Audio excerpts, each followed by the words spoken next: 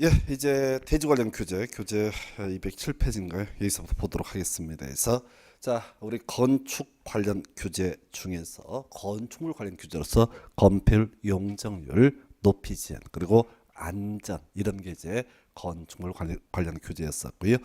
대신 이제 무조건 문제 구성되는 것이 대지 관련 교재. 여기서는 이제 거의 매년 뭐 한 두 문제 가까이 출제가 됩니다. 그래서 제일 먼저 출발점, 자 1필지, 1대지 원칙부터 얘기가 시작이 됩니다. 그래서 하나의 필지, 하나의 대지를 보고 주된 건축물 한 개를 지을 수 있다. 이게 출발점이에요. 그래서 나온 얘기, 소위 이제 분할 제한 면적, 그냥 단순 숫자 암기고요. 제일 쉽게 나름대로 출제하는 것이 분할 제한 면적이라는 주제에서 자 땅이 너무 작아지게 되면 현실적으로 건물을 지을 수 없다라고 해서 나오는 것이 주거지가 얼마? 60제곱미터 미만으로 분할할 수 없다. 상업지역 150제곱미터 미만으로 분할할 수 없다. 공업지역 150제곱미터, 녹지는요 200. 그 밖에 지역, 뭐 계획관리 이런 것들이죠. 60제곱미터 미만으로 분할할 수 없다라고 해서 소위 분할 제한 면적이라고 하는 것이 문제가 되게 됩니다. 그래서 이 문제를 무조건 맞추셔야 되고요. 요거는 이제 보통 문제 구성할 때 순서 큰 것부터 작은 것, 또 작은 것부터 큰 것끼리 연결된 것은 해서 주거적 그냥 내지 않고요. 이종 일반 주거, 준주거 이렇게 흔들어 주고요. 상업적 그냥 내지 않고 일반 상업, 근린 상업 이렇게 흔들어 줘요. 그럼 공업적 전일준, 녹지, 자생보 이런 식으로 이제 분류해서 소위 이제 용도 지역이라고 하는 개념을 소화하고 있는지를 묻는 그런 문제 유형이 되겠습니다. 그래서 첫 번째 출제 포인트 분할 제한 면적 외우셔야 되고요. 두 번째가 분할 제한 기준. 요거는 나와도 딱 한 번 구성이 됐는데 요건 사이드 지문이에요. 그래서 자 요거는 앞에서 우리 공부했던 개념을 미리 알고 가셔야 돼요. 자 건물을 지을 때는요 건폐율에 적합하게 건물을 지어야 됩니다. 용적률에 적합하게 높이 제한 혹은 1조 등의 확보를 위한 높이 제한 규정에 적합하게 어떻게 된다? 건물을 지어야 된다. 그렇게 지어놓고 나서 토지를 분할하는 경우 있다고요. 예를 들어서 자 지금 이제 건폐율이 50%고 대지 면적이 100평이야. 그래서 50평 지어놓고 토지 분할을 하게 되면 소위 건폐율에 위반되는 토지 분할이 되는 거예요. 그다음에 역시 같은 논리 구조로 용적률, 높이 제한, 1조 등의 확보를 위한 높이 제한 규정에 위반되는 토지 분할 등은 다 허용되지 않는다. 이런 논리 구조. 그 외에 거기 이제 대지와 도로의 관계, 그다음에 대지의 공지인데 여기까지 갈 필요는 없고요. 일단은 기본 규제, 건축물 관련해서 건폐율, 용적률, 높이 제한, 1조 등의 확보를 위한 높이 제한 규정 등에 위반되는 토지 분할은 허용되지 않는다. 이렇게 가셔야 돼요. 이건 사이드 지문이고요. 그 다음에 이제 나오는 것이 대지와 도로의 관계. 앞에서 이제 대지와 도로의 관계 위반되는 토지 분할은 안 된다라고 이렇게 얘기를 했었고요. 그래서 이 대지와 도로의 관계라고 하는 것. 자, 기본적으로 대지는 도로에 2m 이상 접해야 된다. 이렇게 되어 있습니다. 다만 해당 건축물 출입에 지장이 없다고 인정되는 경우 또 공지가 있는 경우는 그러하지 않아야 돼서 이때 2m가 갖는 의미는 그런 의미예요. 자 다른 건 아니고 사람이 그 건물에 나다닐 수 있는 폭, 어깨 부딪히지 않고 나다닐 수 있는 폭을 2m로 얘기를 하게 됩니다. 그래서 결과적으로 건물 짓게 되면 반드시 사람은 나다닐 수 있어야 된다. 그러면 통로가 필요하잖아요. 그 통로의 개념이 2m 이상의 도로라는 개념. 근데 이미 통로가 있거나 출입에 지장이 없는 공지가 있다라고 한다면 이때는 어떻다고요? 대지가 도로 2m 이상 접하지 않아도 된다. 이런 논리 구조가 되게 되는 겁니다. 그래서 이렇게 봤었고요. 강화. 주된 출제 포인트는 강화예요. 이 이제 사례형 문제를 구성할 때 2m 이걸 알고는 있어야 되는데 이 파트에서만 답을 구성하고 싶으면 강화 파트에서 봅니다. 먼저 개설이라고 해서 연면적 2,000 이상의 큰 건축물은 6m 이상의 도로에 4m 이상 접해라. 자, 이 포인트는 4m 이상 접해라. 자, 단순화시켜야 돼요. 지금 건물 지을 때 최소한 2m 이상의 그 통로를 확보해라. 이렇게 했었거든요. 그런데 연면적 2,000 이상이 됐을 때는 4m 이상 자동차도 나다닐 수 있어야 된다. 이런 논리 구조가 되는 겁니다. 자, 근데 이건 내면 출제 오류죠. 왜? 이것에 대한 예외라고 하는 개념이 존재하기 때문에. 그래서 거기 이제 외울 게 뭐라고? 공장은요 3,000 이상일 때 4m 이상 접해야 된다라고 돼 있어요. 일반적인 건축물은 우리 건축물 종류가 참 많았잖아요. 그 중에서 공장이라고 하는 것은 연면적 3,000 이상이 됐을 때 바로 4m 이상의 도로에 접해야 된다. 이렇게 도로에 4m 이상 접해야 된다 이렇게 해석합니다. 그래서 그거고요. 자 이게 한번 전에 연매직 잊혀진 공장 4m 이상 접해야 된다라고 해서 틀리게 해서 답을 뽑았던 주제이고요. 이게 이제 나온다라고 했을 때 그 다음에 낼 수 있는 것이 옳게 낼 수도 있겠죠. 연면적 3천 이상일 때 4m 이상 접해라 공장인 경우 이렇게 출제할 수도 있겠고 또 하나의 예외로서 축사와 작물 재배사가 문제가 되게 됩니다. 그래서 이 축사 작물 재배사는 면적을 불문하고 4m 이상 접하지 않아도 된다 해서 문제 구성할 때 이렇게 되겠죠. 연면적 2천 이상인 축사 바로 4m 이상 접해야 된다. 그런 틀린 표현이에요. 그래서 자 얘는 왜 그런 거 하니 우리가 축사나 작물 재배사 같은 경우에는 그냥 그 뭐죠 큰 도로까지 게이지 끌고 나오면 되는 거지 자동차가 바로 드나들 필요는 없다 이런 논리 구조예요. 그래서 지금 구조 이렇게 가는 거죠. 자 기본 구조 보게 되면 기본적으로 대지는 도로에 2m 이상 접해야 된다. 즉 사람이 나다닐 수 있어야 된다. 그렇지 않은 토지를 우리가 가르쳐서 학기로는 맹지라고 부르게 됩니다. 그렇다 치고 지금 실제 이 파트에서만 답을 구성한다면 자 연면적 3천 이상인 공장 4m 이상 접해야 된다. 그다음에 축사와 작물 재배사는 설령 2천 이상이든 3천 이상이든 뭐 불문하고 무조건 접하지 않아도 된다. 이게 이제 예외 파트니까 시험 문제 직접 답을 구성할 수 있습니다. 그래서 이렇게 해서 대지와 도로 관계 보셨고요. 앞에서 공부할 때 자 건폐율 용적률 높이자 1조 등의 확보를 위한 높이자 왜 대지와 도로 관계 위반되는 이런 토지 분할은 허용되지 않는다. 요 얘기와 같이 연계가 되는 겁니다. 두 번째 주제, 세 번째가요. 도로의 지정이라고 해서 자 도로의 3대 요소. 자 요거는 이제 워낙 법조문이 깔끔하지 않게 되어 있는데 분석하면 이런 식입니다. 도로라고 하는 것은 세 가지 요건을 갖춰야 돼. 자, 첫 번째 보행 가능할 것. 두 번째가 자동차 통행 가능할 것. 세 번째 요건이요. 너비가 4m 이상이 될 것. 해서 이 4m 얘기는 어디에서 공부하셨냐면은 저기서 이미 공부하셨죠. 어디에서 소요 너비에 미달한 도로에 있어서의 대지면적 산정 방법할 때 도로는 원칙적으로 얼마 4m 이상이 돼야 된다. 4m 이상이라는 얘기는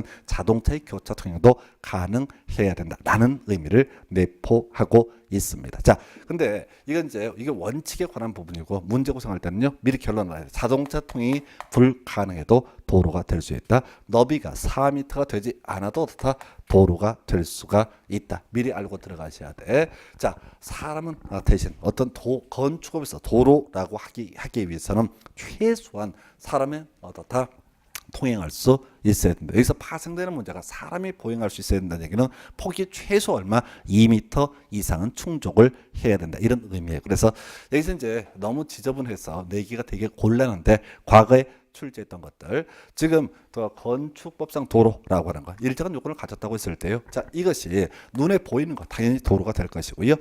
눈에 보이지 않는 것들 예를 들어서 예정 도로라든가 또는 도시계획 예정 도로 이런 표현도 나와 있죠. 도시계획 예정 도로 그 다음에 지정 공고한 도로 이런 것들도 다 건축법상 도로로 보게 된다는 거. 즉, 자 어떤 맹지가 있습니다. 근데 그 옆에 4m 이상 접하게 도로가 지나가기로 결정이 됐다고요. 그러면 그때는 결론적으로 다 건축물을 건축할 수 있다. 이런 얘기가 되는 거예요. 그래서 예정도로 신설 변경에 관한 고시가 된 대로 지정 공고한 도로 이것들 묶어서 볼 때 눈에 보이지 않는 것들 이것도 어떻다 도로가 될 수 있다. 그래서 그 예외 얘기는 미리 설명드렸어요.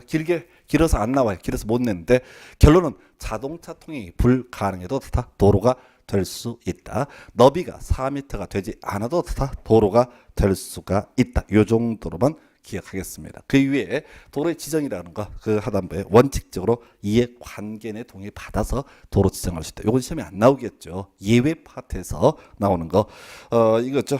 지금 이제 해외 이해 관계인이 해외에 거주한다라든가 장기간 오랫동안 통행로로 이용을 했다라고 한다면 설령 이해 관계인 동의를 얻지 않아도 도로를 지정할 수 있다. 근데 이건 나와도 사이드야. 해서 도로 파트에서는 도로라는 정의 보행 가능할 것, 자동차 통행 가능할 것, 너비 4m 이상이라는 요건을 갖춰야 되는 게 원칙인데 자동차 통행이 불가능해도 소위 이제 언덕배기에 대지가 있는 경우거든요. 그래서 자동차가 못 올라가는 경우를 상정해서 이때도 도로가 될 수 있다. 또 너비가 4m가 되지 않아도 도로가 될 수 있다. 그러나 이때 이제 해석을 통해서 인간의 보행은 가능해야 되기 때문에 결과적으로 폭은 얼마? 2m 이상은 돼야 된다. 그 정도까지 해서 요건 뭐 요즘에는 잘 내지 않는 그런 주제예요. 그래서 도로의 개념 보셨고요. 그다음에 건축선이라고 하는 거. 자, 이 건축선 얘기 크게 이제 법정 건축선하고 지정 건축선을 구분을 하게 됩니다. 그래서 건축선이라는 개념은 그렇습니다. 건축 가능한 선이라는 개념을 가지고 있어요. 건축 가능한 선이라는 개념. 그래서 나오게 되는 거. 자, 건축 가능한 게 어디냐? 원칙적으로 대지와 도로의 경계선까지 건물을 지을 수 있다. 이게 기본 구조예요. 자, 그런데 이제 법정 건축선이라고 해서 소요 너비에 미달한 도로에서 건축선 어떻게 볼 것이냐? 이미 봤던 내용이죠. 자, 요거 이제 설명을 드리긴 할 텐데 지금 설명드리는 내용은 그냥 배경 설명이지 직접 시험에 나오지는 않는다. 이게 결론이에요. 해서 이런 얘기죠. 자, 도로가 있습니다. 그리고 대지가 이렇게 존재하고 있습니다. 자, 그랬을 때 소요너비 4m를 충족을 못한 도로다라고 하게 되면은 이때 대지와 도로의 경계선을 건축선으로 삼는 것이 아니라 바로 도로의 중심선에서 소요너비의 2분의 1, 즉 2m씩을 수평 이동한 선, 이 선이 바로 다 건축선이 되게 된다. 그래서 이런 모양의 대지에 있어서는 토지 소유자 건물 지을 때 대지와 도로의 경계선 이 선까지 건물을 뽑을 수 있는 것이 아니라 어디까지? 이 건축선까지밖에 건물을 뽑을 수 없다. 그리고 이 파트에서는 대지 면적을 산정함에 있어서 이 건축선과 도로 경계선 사이 부분의 이 면적은 어떻다? 대지 면적에 포함되지 않는다. 앞에서 공부했던 내용. 하나 더. 자, 지금 도로 소요너비 4m를 충족을 못했고요.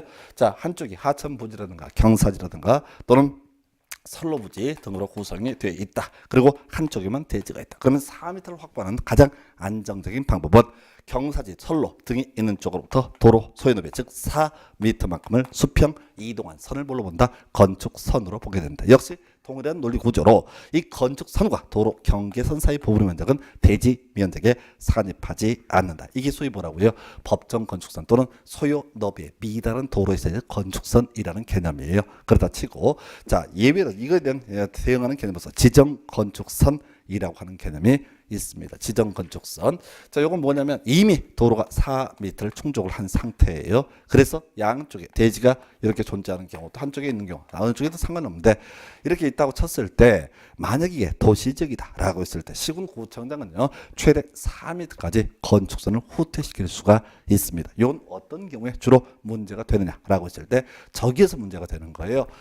바로 신도시 만드는 지역의 중심가 지역을 보시게 되면은 중간에 겁나 공간이 넓습니다. 자, 이런 경우 지자체가 돈이 많아서 도를 이빨 넓게 뽑은 게 아니야. 자, 기본 도로 4m라고 치고 여기다 각각 얼마까지 4m씩을 바로 후퇴를 시키게 되면 이걸 이름하여 해도 되고 안 해도 되는데 굳이 시군구청장이 지정을 했다라고 해서 이걸 뭐라고 한다? 지정 건축선. 그러니까 이 법정 건축선이라는 개념 무조건 하는 거예요. 무조건 대한민국에서는 건축법이 적용이 되면 무조건 이 조항을 그대로 적용을 하는데 이 지정 건축선 도시역에서 4m 이내다라고 하는 것은 시군구청장이 지정을 할 수도 있고 안 할 수도 있습니다. 다만 이 두 개 차이가 뭐냐라고 했을 때 앞에서 대지 면적을 산정함에 있어서 건축선과 도로 경계선 사이 부분의 면적은 대지 면적에서 제외한다. 이렇게 이제 논의를 했던 것인데 비해서 지금 뭐라고요? 이 지정 건축선 부분은 이 부분 면적, 자 건축선과 도로 경계선 사이 부분의 면적을 대지 면적에 산입을 하게 됩니다. 안 그러면 토지가 가만히 안 있거든. 그래서 이거는 자 이거 이제 산입을 하지 않는 얘기는 나중에 이 부분을 어떻게 하겠다? 지자체가 수용을 하겠다라는 개념이 전제가 되어 있는 것이고 이 부분은 어떻다고 수용할 게 아니라는 얘기죠. 그래서 이렇게 자 중심 상가지역 이런 지역에다가 원래 도로 4m인데 양쪽 합이 각각 4m에서 합이 8m를 더하게 되면 12m짜리 억수로 넓은 공간이 확보가 되는 거예요. 그러면은 상권도 살아나고 좋아. 그리고 이 대지 소유자 입장에서는 이 대지 면적 전부를 다 인정을 받기 때문에 위로 한층 더 올리시면 되거든. 모두가 다 같이 불러서기 때문에 해서 이게 지정 건축선이라는 개념. 해서 굳이 소위 법정 건축선에 대응해서 지정 건축선 굳이 이제 해석하면 이 대지 면적 산입하는가 하지 않는가가 어떤 논의의 포인트가 되겠습니다. 그래서 시군구청장 도시역에서 최대 얼마까지 4m까지 건축선을 후퇴해서 지정을 할 수 있다. 이게 바로 지정 건축선. 그럼 시험 문제 답이 중요하죠. 여기까지는 배경 설명이고요. 답이 되는 것은 지정의 효과예요. 자, 단순하죠. 건축물 당연히 건축선 뛰어넘어서 지을 수 없다 해서 시험에는 효과만 갖고 출제를 해요. 건축물 및 담장은 건축선의 수직면을 넘어서는 아니 된다라고 돼 있죠. 근데 예외가 있네요. 다만 지표 아래 부분은 그러하지 아니하다. 그래서 항상 시험은 예외를 가지고 구성해요. 요거는 뭐냐면 건축선까지만 어떻게 해라? 건물을 지어라 라는 전제하에서 자 지표 아래 부분은 어떻다? 그러하지 않잖아. 굳이 그 밑에 그림도 나와 있지만 해석을 하게 되면 그런 논리 구조예요. 건물 지을 때 밑에 텁하게 합니다. 그래서 기초를 쌓을 때 건축선의 수직면을 넘어서서 어떻게 좀 삐져나와도 문제 삼지 않겠다 해서 이 문제를 구성할 때는 단순하죠. 지표 지표 아래 부분도 자 지표 아래 부분의 담장 뭐 이런 것들도 건축선의 수직면을 넘어서는 아니 된다 해서 보통 틀리게 구성하는 그런 영역이 되겠습니다. 그래서 요거 하나 포인트고요. 자 그러면 건축물 담장 말고 자 건축물 담장만 안 넘어서면 되는 거냐라고 했을 때 추가적인 교재 바로 출입구 문제가 나오게 됩니다. 창문이 문제가 됩니다. 사람들이요 특히 이제 상업지역 이런 데서는 자 간판이 밖으로 돌출이 돼야 되거든요. 그러니까 가능하면 어떻게 건축선에 바짝 붙어서 건물을 짓는 게 일반적인 모습이에요. 그런데 바짝 붙어서 짓다 보면 아까 이제 대지는 도로에 몇 미터? 2m 이상 접해야 되고 등등등. 도로는 기본적으로 보행 가능하고 자동차 통행 가능하고 이렇게 공부했단 말이에요. 자동차가 쓱 지나간다고 치십시다. 근데 문을 열어놨을 때 걸리게 되면 어떻다고요? 난리가 날 거란 말이에요. 그래서 도로면에서 4.5m 이하 있는 출입구등, 도로면에서 4.5m 이하 있는 출입구등은 또 창문도 마찬가지죠.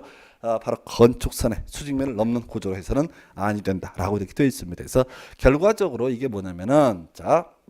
현실에서는 어떤 식으로 이게 응용이 되냐면 단기시효, 미시효 이 싸움이 되는 거예요. 그래서 일반적으로 우리가 이제 상가 이런 것들 상업적이 주로 문제가 될 텐데 식당을 1층에다 개설을 한다 하십시다. 그러면은 보통 1층 문을 보면 밖에서 봤을 때 단기시효 이런 게 있어요. 예, 그럼 불법일 가능성이 대단히 높습니다. 미시효가 돼야 돼요. 열고 닫을 때 건축선의 수직면을 넘지 아니하려면 바로 안쪽으로 밀고 들어가는 이런 구조가 정상입니다. 해서 자, 그 정도까지 해서 요 주제 해서 건축선 파트에서는 앞에서 논의했던 어떤 주제랑 바로 지금 대지면적 산정하는 방법이랑 같이 맞물려 있고요. 건축선에 관한 문제를 주로 구성을 하게 되는데 건축물 및 담장은 건축선의 수직면을 넘어서는 아니 된다. 답은 지표 아래 부분은 그러하지 아니하다라고 하는 주제.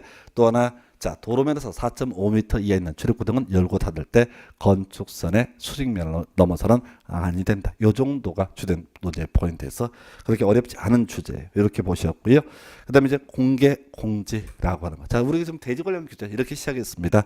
하나의 필지, 하나의 대지를 보고 건물 한 개를 주된 건물 한 개를 지을 수 있다. 그래서 땅을 너무 잘게 쪼개서는 안 된다라고 해서 분할 제한 면적이라는 개념 봤고요. 그다음에 이 대지의 생명력을 불어넣는 게 뭐라고요? 도로라고 해서 대지는 도로에 원칙적으로 2m 이상 접해야 된다. 다만 공지라든가 출입에 지장이 없다면 그렇지 않다. 근데 시험 문제 포인트는 대형 건축물, 면적 2,000 이상인 건축물 원칙적으로 바로 4m 이상을 접해야 된다. 이렇게 봤던 것이고요. 우리 수험생 입장에서 배울 것은 공장은 3,000 이상일 때 4m 이상을 접해야 된다. 축사나 작물 재배사는 면적이 아무리 넓어도 접하지 않아도 된다. 이렇게 봤었고요. 그 다음에 이제 도로의 지정 등 관련한 도로의 정의, 보행, 자동차 통행, 너비 4m 이상 이런 요건 하에서 자동차 통행이 불가능해도 도로가 될 수 있다. 너비가 4m가 되지 않아도 도로가 될 수 있다 등 뭐 이런 것들이 있었지요. 그리고 지금 이제 건축선까지 보셨고요.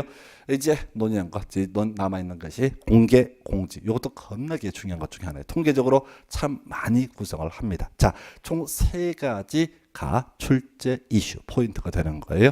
그래서 이 공개 공지라고 하는 것은 우리 이제 부동산 학개론할 때 건폐율 등의 적용을 받아서 남아있는 빈 땅을 가리켜서 공지라는 용어를 쓰게 됩니다. 그래서 자 우리가 어디에서 국토기획법 할 때 용도 지역별 건폐를 최대한다면 중심 상업지역이라고 할지라도 90% 이런 것들 공부하셨거든요. 이론상 최대치가 물론 자세한 사항은 조례를 통해서 규제로 이루어질 내용인데요.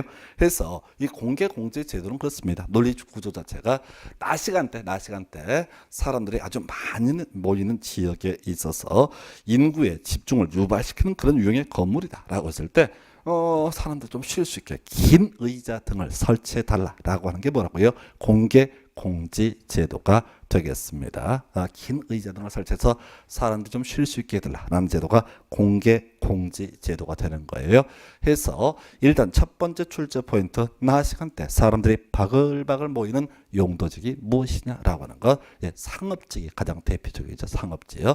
그리고 두 번째가요. 뭐가 있냐면은 준주거지요. 그리고 준공업적. 묶어서 가셔야 돼. 우리가 준주거적은 주거 기능 외에도 상업 업무 기능의 보완 등을 위해서 필요한 지역 이렇게 정의를 하고요. 준공업적, 경공업을 위주로 가되 주거나 상업 기능의 보완을 위해서 필요한 지역 이렇게 가시게 되는 거예요. 그래서 준주거지역, 그다음에 준공업지역, 그리고 상업지역. 그리고 따로 이제 좀 주의해서 보시게 일반 주거지역에서 우리 일반 주거지역은 층수에 따라서 1, 2, 3 정도로 분류가 됐었죠. 그래서 일반 주거, 준주거, 상업적, 준공업적. 근데 문제를 구성을 할 때는 그냥 상업적이라고 내지 않아요. 중심 일반, 근린 유통 뽑아줘요. 그래서 문제 쟁점을 정리하게 되면은 뭐가 있냐면은 주거 지역 중에서는 전용 주거지역은 어떻다? 공개 공지 설치 대상 지역이 아니다. 이거 하나 외우셔야 돼. 그리고 또 하나 외울 게 뭐라고요? 일반 공업 지역도 어떻다? 공개 공지 설치 대상 지역이 아니다. 그래서 지금 우리가 보통 공부하실 때는 공개 공지를 설치해야 되는 지역을 주로 외우신다고 해서 일반적으로 준주거 상업적 준공업 지역. 근데 시험 문제는 어차피 공개 공지 설치 대상 아닌 걸로 고르시라고 나온다고요. 그럼 답이 항상 전용 주거이거나 일반 공업 지역을 가지고 뽑는다고. 특히 헷갈리는 게 일반 공업 지역. 자 볼까요? 일반 주거는 공개 공지 설치 대상 지역에 해당이 됩니다. 그죠? 그 다음에 일반 상업적도 상업적이 일부니까 공개 공지 설치 대상 지역에 포함이 됩니다. 그런데 일반 공업적은 어떻다고요? 거기에 포함되지 않아요. 그래서 일반 하니까 마치 일반 공업적도 공개 공지 설치 대상 지역처럼 보인다고요. 그 주의하셔야 돼. 그래서 아예 이게 이제 이 문제를 어차피 객관식 문제를 구성할 때는 트릭 쓰는 게 뭐라고요? 전용 주거지역 가지고 장난을 치거나 또는 일반 공업적을 가지고 장난을 친다. 미리 답 외우고 가셔야 돼. 세 개 줄줄줄 외우는 것도 하나의 방법이 되지만은 뭐라고요? 전용 주거적이나 일반 공업적은 공개 공지가 아니다. 이걸 갖고 답을 내니까 요걸 외우는 것도 하나의 방법이 아닌가 싶습니다. 두 번째요. 대상 건축물, 바닥 문제 합계 5천 이상의 건축물 중에서 일정한 건축물 나와 있어요. 요건 외울 수 없어요. 종류 다 외우면 머리 터져요. 그 중에서 한번 나왔던 게 거기 이제 농수산물 유통시설 이게 한번 나왔는데 이거는 중간에 과료를 제외했으니까 이렇게 하면 출제가 되는데 잊어버려요. 지금 첫 번째 이렇게 뭐라고요? 전용 주거지역하고요.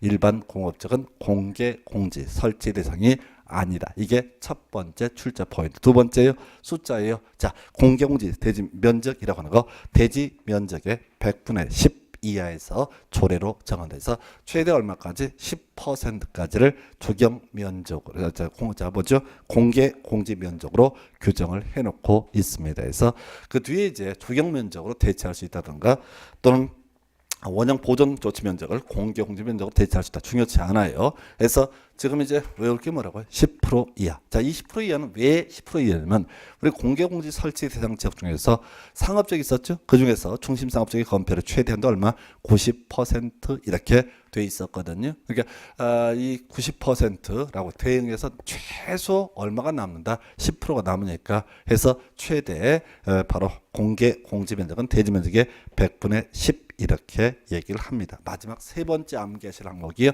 이렇게 공개 공지를 설치를 하게 되면 어떤 효과가 있느냐라고 했을 때 용적률하고 높이 지연 1.2배까지 완화 적용할 수 있다. 그래서 두 가지 다 가셔야 돼. 첫 번째 숫자만 물어보는 문제에서는 1.2배 요거 물어보고요. 그리고 문제가 어렵게 구성이 된다라고 한다라면은 때는 뭐라고요? 건폐율 1.2배까지 완화 적용. 틀렸어요.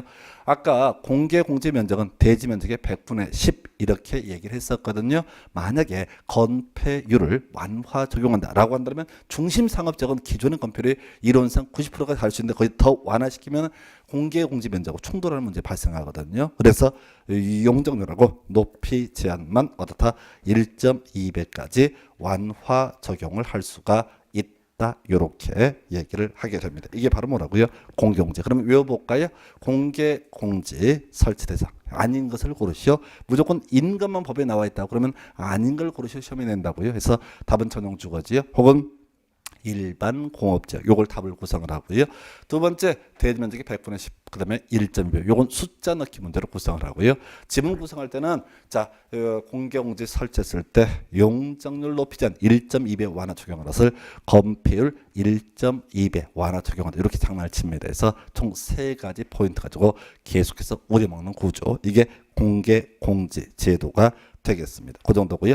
그 다음에 대지 안전. 자, 이 안전 파트는 별로 안 중요해요. 나오는데 답이 안 돼요. 그냥 읽고 날리시면 돼요. 한번 볼까요?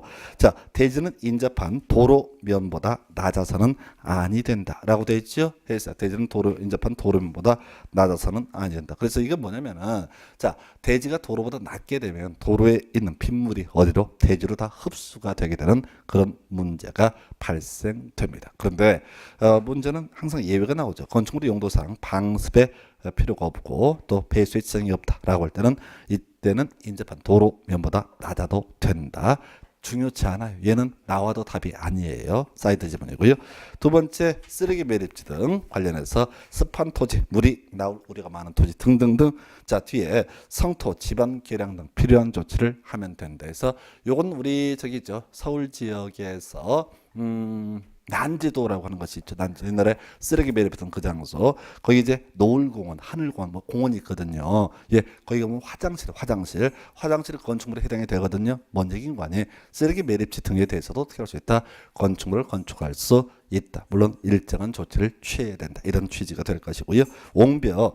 자, 옹벽 설치할 수 있습니다. 그래서 손괴 우려가 있는 토지에 대해서 대지를 조성하면서 옹벽을 설치하는 경우 있는데 이때 옹벽의 외벽면에는 자 일정한 시설 설치할 수 있다 없다 기본적으로 안 되는데 배수를 위한 시설 또 지질을 위한 시설의 설치는 다 가능하다 해서 자 시험 문제 구성할 때는요 배수를 위한 시설을 설치할 수 없다라는 식으로 틀리게 구성하죠. 그래서 그게 이제 옹벽이라고 하는 부분을 보게 되면 PVC관 이런 걸 심어서 물을 빼는 경우가 있어요. 그런 것은 어떻다 가능하다라고 해서 옹벽의 외벽면에 모두 설치할 수 있다. 지질 변 시설 설치할 수 있고 혹은 자 배수를 위한 시설의 설치도 가능하다. 그런 나머지 시설은 허용되지 않는다. 그래서 여기까지는 그냥 툭툭 던져주는 지문이고요. 큰 이슈가 되지 않습니다. 그 다음에 이제 또 하나의 출제 포인트가 조경이라고 하는 것. 그래서 자 조경 얘기 한번 공부했어요. 어디서 얘기를 했었냐면은 기본적으로 대지면적 200 이상일 때 조경할 의무가 있다 등 얘기하면서 앞에서 허가 대상 가설 건축물이라고 하는 개념 설명드렸거든요. 이 허가 대상 가설 건축물 존치 기간 얼마?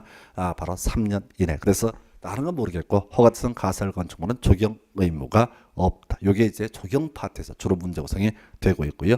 거기 이제 조경 의무의 면제 사유가 쭉 나와 있고 또 그걸 이제 거꾸로 분석했을 때 필수적 조경 대상도 나와 있습니다. 해서 일단은 자 면제 대상 작년에 시험에 나왔었죠. 해서 요걸 이제 문제를 볼 때 용도 지역 기준하고요 건축물의 종류 두 가지 관점에서 생각을 하시면 좋습니다. 해서 첫 번째 항목이 용도 지역이죠. 자세히 볼 거 아니고요 주상공은 어떻게 해라 조경을 해야 된다. 그럼 나머지 용도적인 녹지 관리, 농림차이환경 보호전적은 조경 의무가 면제가 되게 된다. 이렇게 가는 거야. 다시요. 자, 주상공원 사람이 많이 모이잖아요. 그러니까 자, 나 건물 지을 때 조경을 할 필요가 있다라고 되는 거고 거꾸로 가면 녹지나 관리, 농림차이환경 보호전적은 조경을 할 필요가 없다. 외우는 순서가 그렇다고요. 기본 구조가 뭐라고요? 주상공원 조경을 할 의무가 있다. 이게 기본 구조예요. 자, 그런데 용도적 기준 하나 보셨고요. 그리고 또 하나가 바로 건축물의 종류 기준을 봅니다. 거기 보니 2번에 뒤에 뭐 있어요? 물류시설 나와 있죠?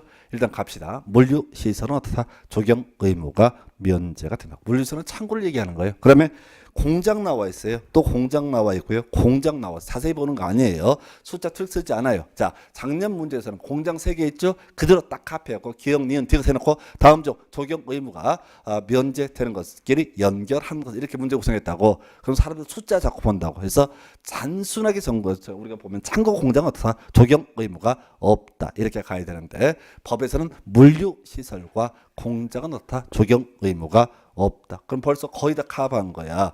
물류시설과 공장은 조경 의무가 없다라고 할 것이고요. 그 밑에 보니까 축사 나와 있죠. 축사는 뭐 그 조경에서 뭐해? 개 돼지들한테 나무 보여주면 애들이 고기가 찰지는 거냐? 그 아니란 얘기지. 그 외에 자, 따로 외울 게 뭐라고요? 허가 대상 가설 건축물.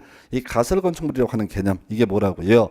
존치 기간 얼마? 3년 이내. 그래서 정리하십시다. 자, 요거 그냥 외우시는 거예요. 물류 시설, 공장, 축사와 작물, 그다음에 허가 대상 가설 건축물은 어떻다? 적용 의무가 없다라고 얘기합니다. 이 얘기는 무슨 얘기냐면 설령 주상공 지역이라고 할지라도 이런 건축물의 종류에 대해서는 어떻다? 적용 의무가 없다라고 하는 거예요. 해서 이걸 이제 분석을 했을 때 이거에 대한 예외 등이 있다고요. 해서 주거적 상업적의 물류 시설 나와 있죠. 원래 물류 시설은 적용 의무가 없다고 그랬어요. 그런데 주거적 상업적 재해라고 돼 있으니까 결과적으로 주거적 상업적의 물류 시설은 어떻다? 적용할 의무가 있어요, 없어요? 있다 이렇게 하는 거죠. 면제에서 제외니까 적용할 의무가 있다라고 할 것이고, 그다음에 지구단위 계획구역도 무조건 적용을 해야 됩니다. 그래서 우리 국토계획 공부할 때 지구단위 계획구역 따로 개발하기 위해서 만들어놓은 개념이죠. 해서 자 정리합니다. 적용은 정말 거의 2년에 한 번꼴로 출제가 돼요.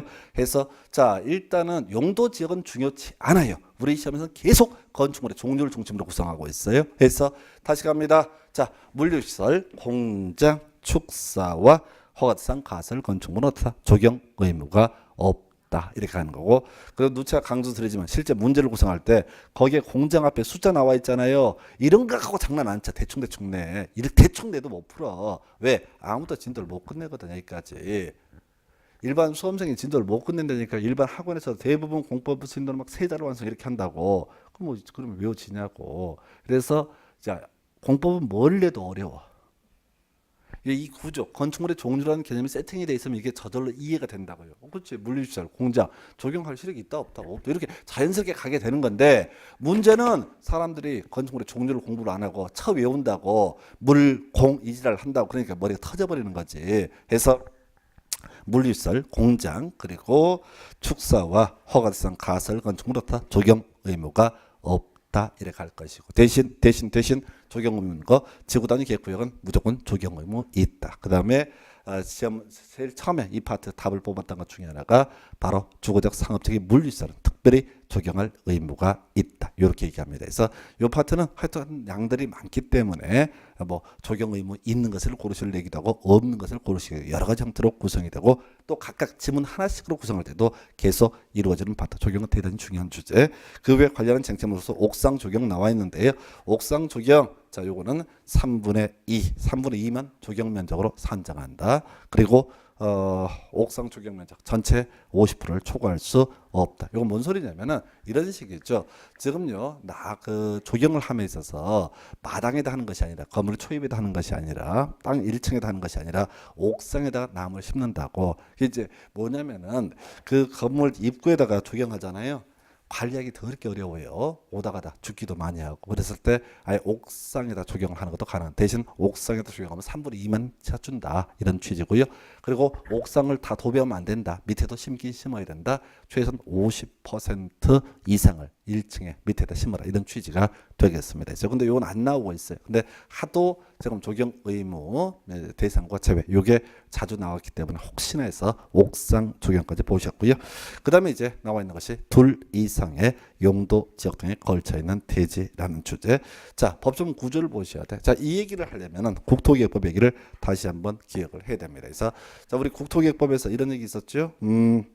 하나의 대지가 둘 이상의 용도지에 걸쳐 있을 때 녹지 들어가면 각각 연면적 계산했던 것이고요. 녹지 없게 되면은 저희 가중 평균 용적률을 적용을 하게 된다. 이렇게 이제 공부를 했던 바가 있습니다. 그리고요 중요했던 게 뭐라고 하세요? 건축물이 미관지구에 걸쳐 있으면 대지 건축물 전부에 대해서 미관지구. 자, 이 건축법에서 이 조항 사실은 거의 사문화된 조항입니다. 이게 이제 국토계획법 내용이랑 거의 똑같기 때문에 사실은 국토계획법도 우선 적용을 하거든요. 근데 이게 이제 원래는 2002년도까지만 해도 건축법에서 건별 용적률까지 다 규제를 했었습니다. 그래서 그때 남아있는 법의 흔적 유은인데 거기 이제 원칙은 볼 필요가 없어요. 안 나오니까. 원칙은 내는 순간 출제 오류거든요. 그래서 자 우리가 외울 게 뭐라고요?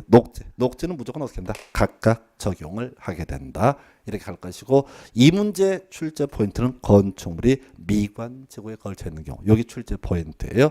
그래서 이 문제는 그냥 무조건 답이 정해져 있어요. 건축물이 미관지구에 걸쳐 있을 때 대지 건축물 전부에 대해서 미관지구에 관한 규정을 적용한다. 이것만 갖고 주구장창 출제합니다. 이 문제는 무조건 옳은 것을 고르셔야 답이 되는 게 건축물이 미관지구에 걸쳐 있을 때 대지 건축물 전부에 대해서 미관 지구에 관한 규정을 적용한다. 이렇게 출제한다고요. 아주 도배하는 문제 유형이 바로 이 주제예요. 건축물이 미관지구에 걸쳐 있으면 대지 건축물 전부에 대해서 미관지구. 이걸 갖고 지난번에 그런 문제 나왔어요. 건축물이 취락지구에 걸쳐 있는 경우, 예, 그런 말 법에 없습니다. 예? 그래서 결국은 여러분들이 이제 공부를 하실 때 항상 답이 되는 것 위주로 공부를 하셔야 되고요. 시험 보시다가 듣도 보도 못한 말이 튀어나온다라고 하면 쌩 까야 돼요. 보통 모르는 질문이 뜨게 되면 한 번 더 봅니다. 예, 골로 가는 지름길 되겠습니다. 그래서 시험이 어려워지는 이유는 그러니까 이런 식이죠. 자, 독도는 우리 땅 뭐 이런 게 주제라고 하십시다. 근데 문제 구성할 때 갑자기 뭔 얘기를 하냐면 자, 대마도는 영국 땅 이런 질문이 튀어나온다고 미쳐버리는 거야. 대마도 공부한 적이 없거든. 그래서 이건 어딜까를 생각하는 순간 게임 끝나버려요. 그죠? 독도 어딨나를 찾아보실 거. 그래서 문제, 시험 문제라고 하는 것은 몇 개 답이 되는 주요 이슈들을 정확히 외우고 그걸 가지고 시험장 가셔서 내가 아는 게 어딨나 요걸 찾아보셔야 되고요. 제일 미련한 짓거리가 1번도 보고 2번도 보고 3번도 보고 뭐 보면 뭘 아나? 모르지. 그럼 모르니까 좌절하면서 아 내년에 학원을 어딜 다닐까 뭐 이러고 대가리 굴리고 그 머리가 아니라 대가리. 시험장에서는요 그저 아는 걸 찾아보는 게 그 실력이에요. 그래서 건축물이 취락지구 걸쳐 있는 이런 엽기적인 질문이 나왔을 때 고민합니다. 와 이게 공부선생이 이걸 안 가르쳐줬구나. 아니 그걸 어떻게 가르쳐주냐고 말도 안 되는 얘기를 던지는데 그래서 공법 문제의 특징 중에 하나가 이렇게 말도 안 되는 얘기가 툭툭 던질 때가 있단 말이죠. 거기서 자유로워지려면 방법은 한 가지밖에 없어요. 지문 5개를 쓱 보는 거야. 그리고 외웠던 거 어디 있나 내가 봤던 지문 익숙한 지문이 어디 있나 그래서 공부할 때는 계속 무식하게 건축물이 미관지구에 걸쳐 있으면 대지 건축물 전부에서 미관지구 근데 또 공부하다 보면 헷갈려 미관지구만 외우라고 했는데 국토기획 보면 그런 말도 있어요. 건축물이 고도지구에 걸쳐 있을 때 대지 건축물 전부에서 고도지구에 관한 규정을 적용한다 이런 게 있다고 그거 안 나와 그죠? 지금까지 시험 문제는 국토기획법이 됐든 건축법이 됐든 끊임없이 구성하고 있는 게 뭐라고요? 건축물이 미관지구에 걸쳐 있을 때 대지 건축물 전부에 대해서 미관지구에 관한 규정을 적용한다. 이것만 주구장창 출제가 이루어지고 있습니다. 그래서 자 이렇게 해서 이제 건축 관련 규제, 대지 관련 규제 좀 자세히 설명드리고 다음 시간에 이제 건축 절차부터 이어서 가도록 하겠습니다. 자 오늘 여기까지 가겠습니다. 수고하셨습니다.